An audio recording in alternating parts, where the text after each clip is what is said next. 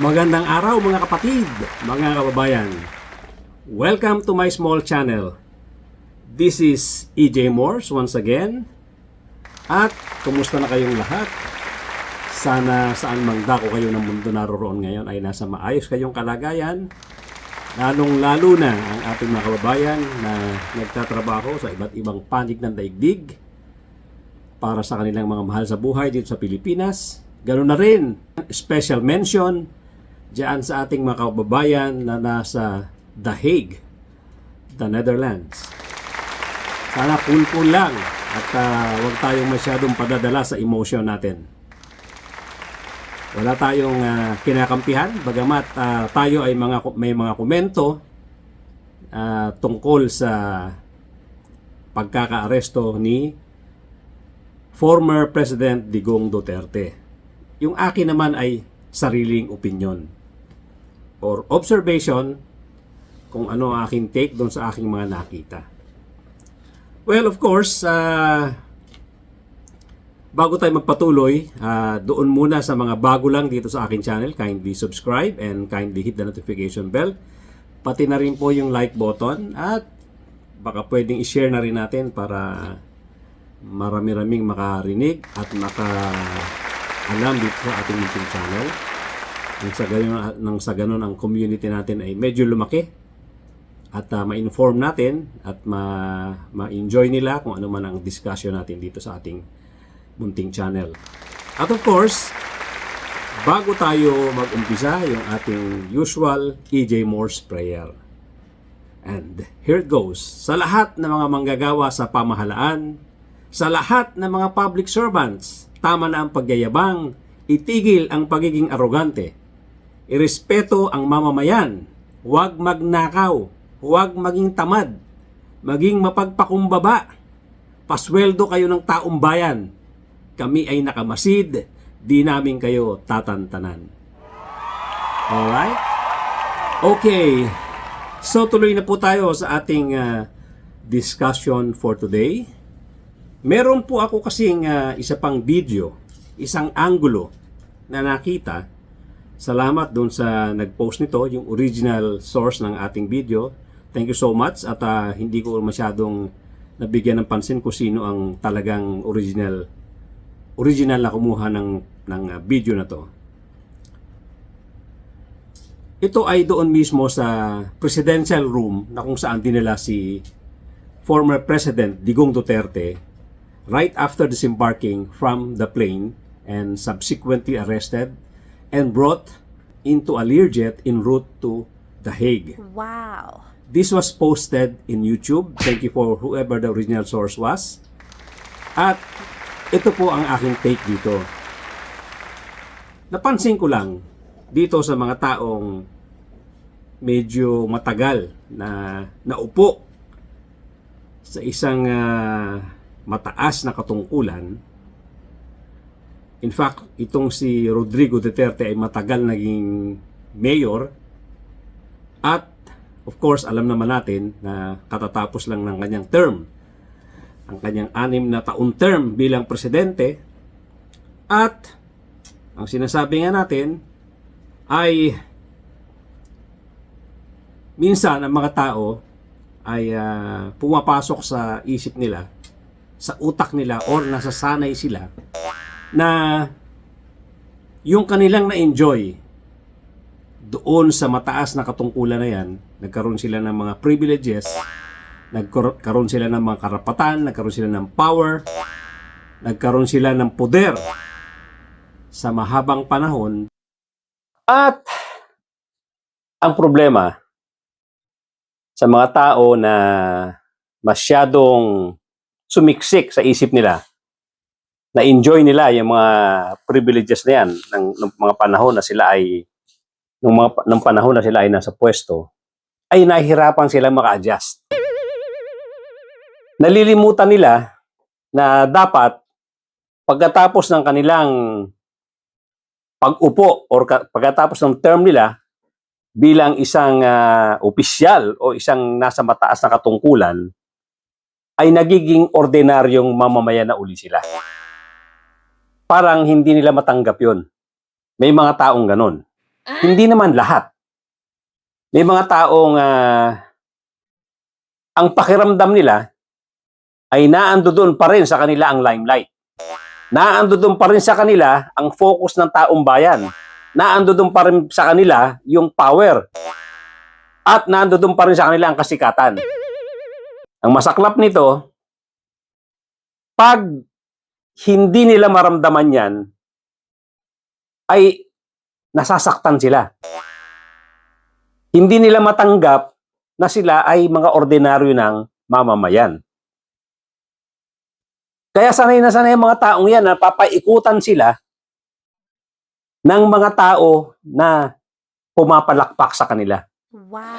Ng mga tao na sumasaludo sa kanila. Mga tao na humahanga at tumatawa sa joke niya. Yan, ganyan ang klase ng mga tao na hindi makaiwas or hindi makaalis diyan sa mindset na sila ay powerful, na sila ay sikat, na sila ay pinapalakpakan ng mamamayang Pilipino. Dito sa bidyong ito, nararamdaman ko na itong kampo ni Digong Duterte ay ganon. Hindi sila makaalis.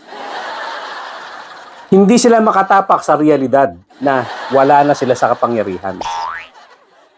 Dala-dala pa rin nila yung kanilang isip na saludo ang taong bayan sa kanila. Very powerful sila at kung ano yung gusto nila, siyang mangyayari. Yun po ang problema.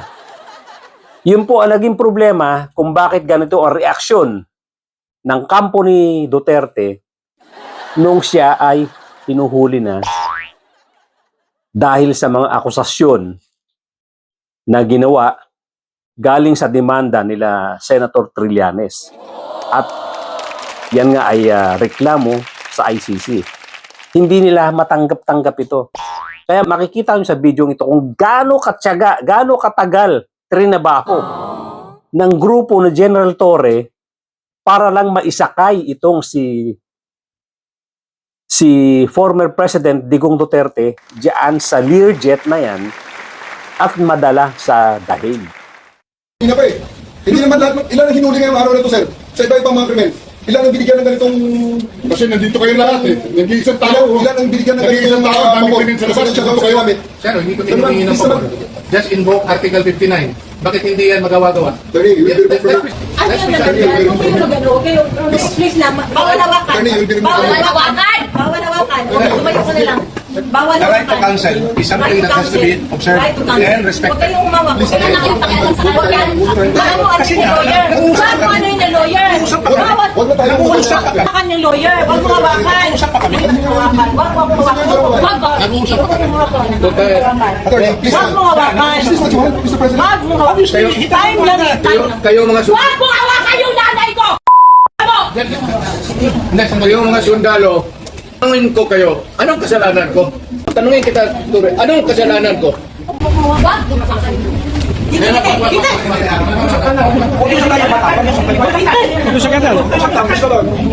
na po. Akin na yung anak ko! Akin na yung anak ko! Akin na, kalilikas muna. Akin na. Don't do it personal. Akin na lang. Akin na lang. Lahat, kalilikas.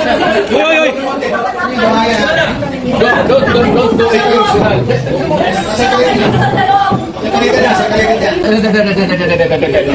Puro tayo sulutin.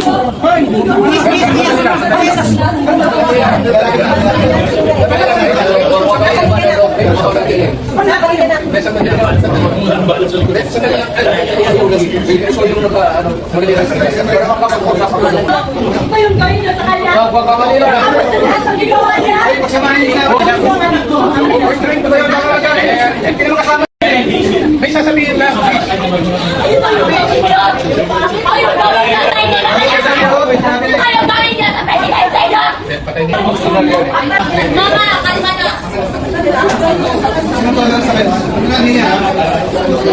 Mama, kalma na. Do it orderly and peaceful. Yan mga ganun na reaction nyo yan. Kasi pamilya. Wala kang magagawa. Kung may mga sundalo, kasi kayo kung mahuli, pero na pamilya ninyo.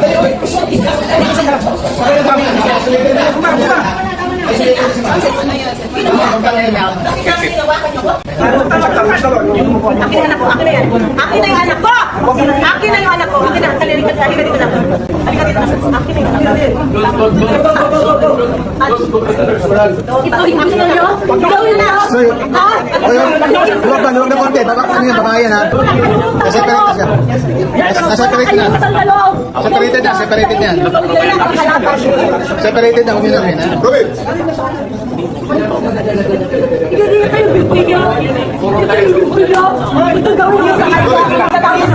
Lalapit na, lalapit na.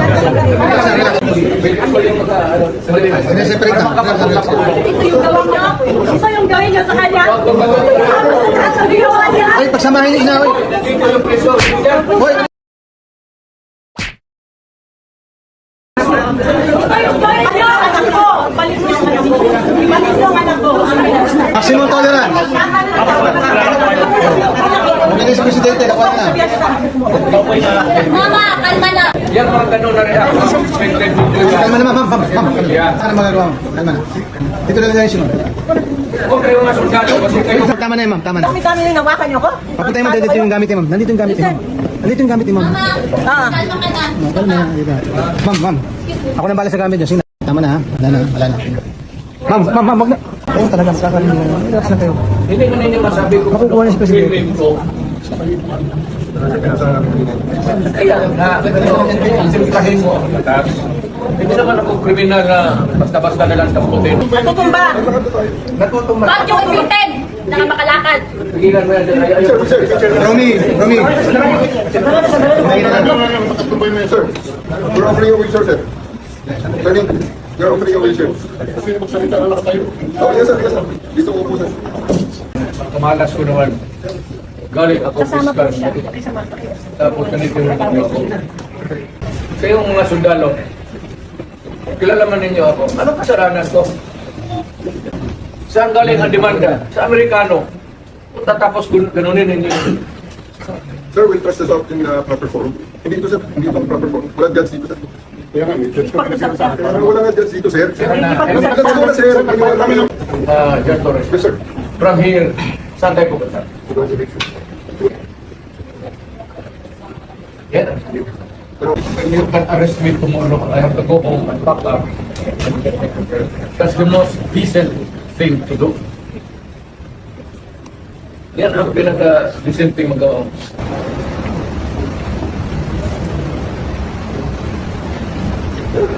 Hihilain ko yan. Hihilain ko yan. Ako maniwala ka, hihilain ko yan. Kaya ako makumalas. Pero hihilain ko yan.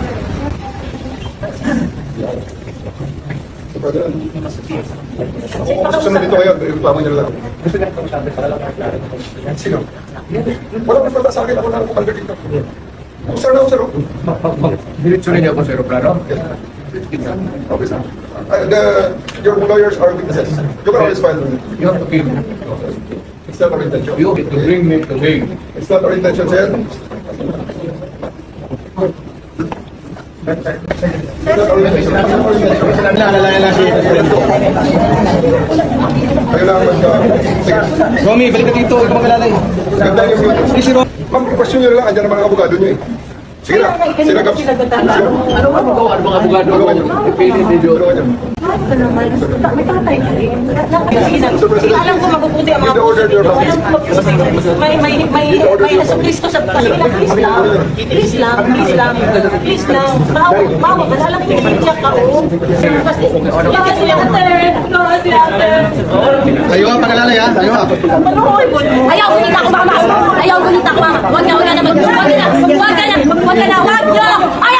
ko mama. Ayaw, panuna kay mama. Tama na.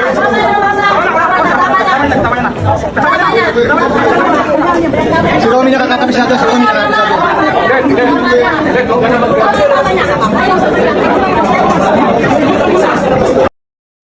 Ubod ng tagal at grabe ang pagtsatsaga, ang pagpapasensya pinakita ng mga kapulisan.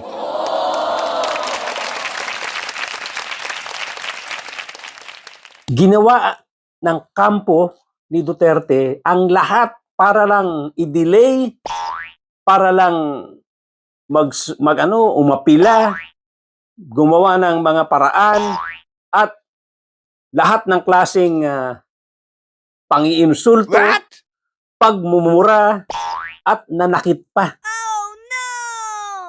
Nananakit. Sobrang ingat ng mga pulis at mapapansin nyo, ang ginamit na pangbarikada ni General Torre ay puro kababaihan. Kasi nga, may mga babae diyan sa kampo ni former President Digong Duterte. Para mawalan ng issue, maiwasan yung issue na kung ano man, ang ginamit talaga ni na nakabarikada diyan, puro kababaihan na pulis.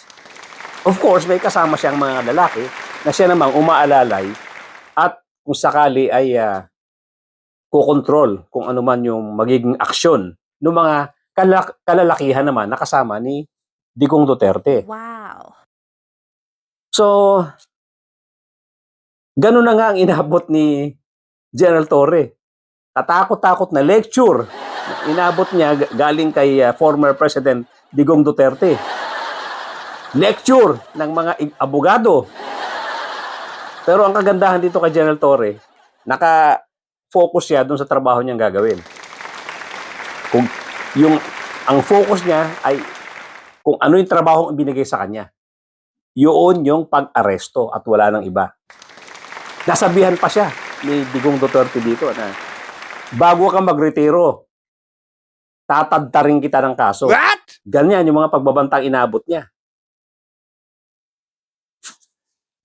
Bukod dyan sa mga mura na inabot niya, galing dyan kay doon sa anak ni Digong Duterte. Ilang beses itong nagmura. Dinig na dinig dyan sa camera. Ang masakit pa nito, dyan dun sa mga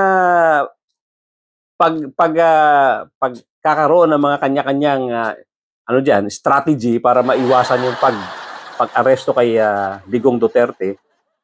Yung tulakan nila dyan, yung iwasan nila, yung kung anong ginagawa nilang mga pagmamaniobra.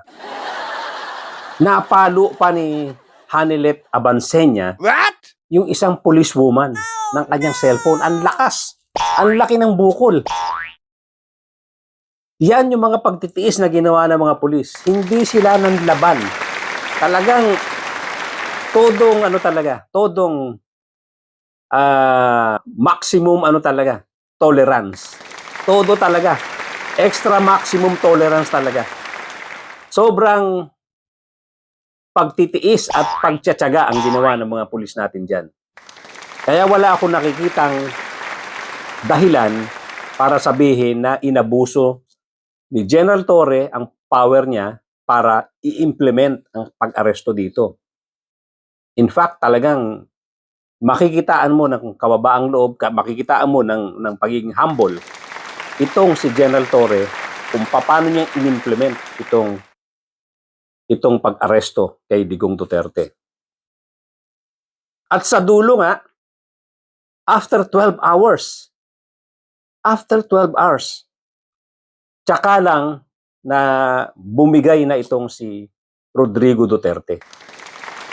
At hindi nila hinahawakan. Tinawag nila yung close-in bodyguard ni Duterte para siya mismo ang umalalay. Hindi humawak ang mga pulis. Ganon kaingat ang pagkaka-execute ng pag-aresto na to. Tinawag ni yung sundalong bodyguard, ng close-in ni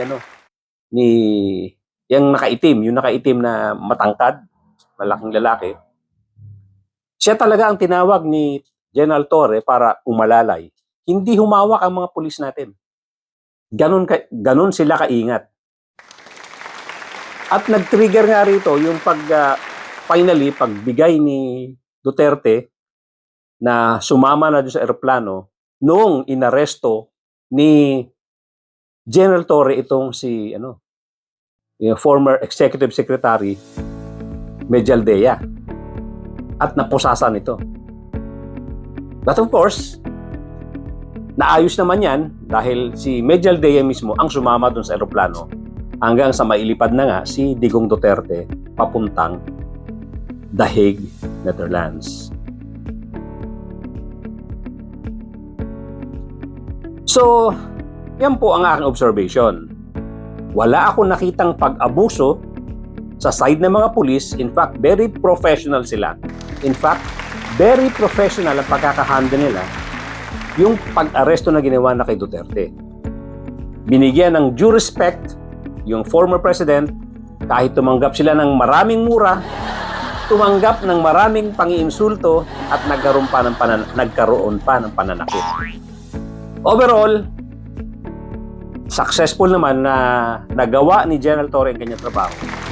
At ngayon nga ay nasa The Hague na si former president at nagkaroon na ng preliminary hearing or kung tawagin sa atin dito arraignment, doon naman ay parang confirmation lang.